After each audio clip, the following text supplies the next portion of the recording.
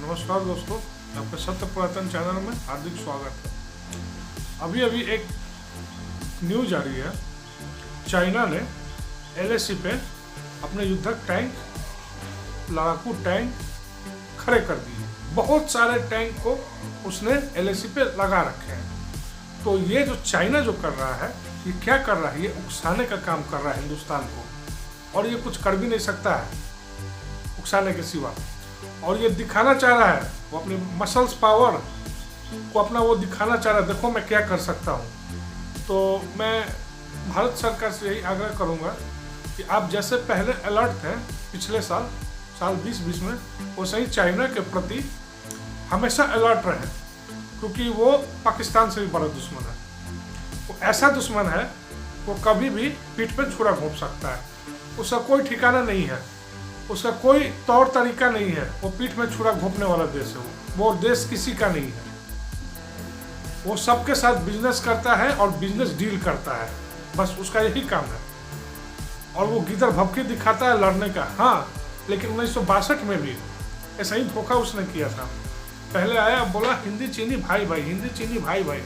लेकिन फिर क्या हुआ? 1965 में उसने 1965 में तो इंडो पाकिस्तान वार हुई थी। 1962 में उसने पीठ में छुरा घोंपा और युद्ध लड़ा उसने, लेकिन उस युद्ध में भारत की हार हुई थी।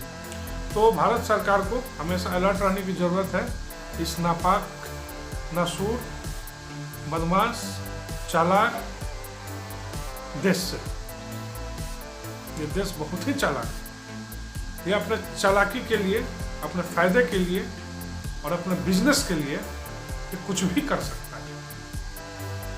किसी के भी पीठ में छुरा घोंप सकता है। इसको एकदम बर्दाश्त नहीं करना इस देश को। कोरोना वायरस इसी का दिया हुआ देश, यही दिया। पूरे वर्ल्ड में फैलाया इसने कोरोना वायरस है।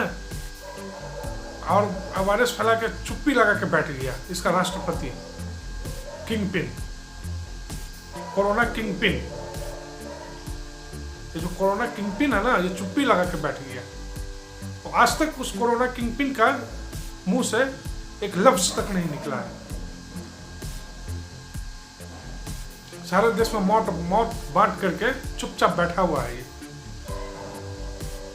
अभी भी इस कोरोना का सेकेंड स्ट्रेन आ रहा है, तो बहुत घातक और खतरनाक है। इस स्ट्रेन से बचना हर किसी को जरूरी है।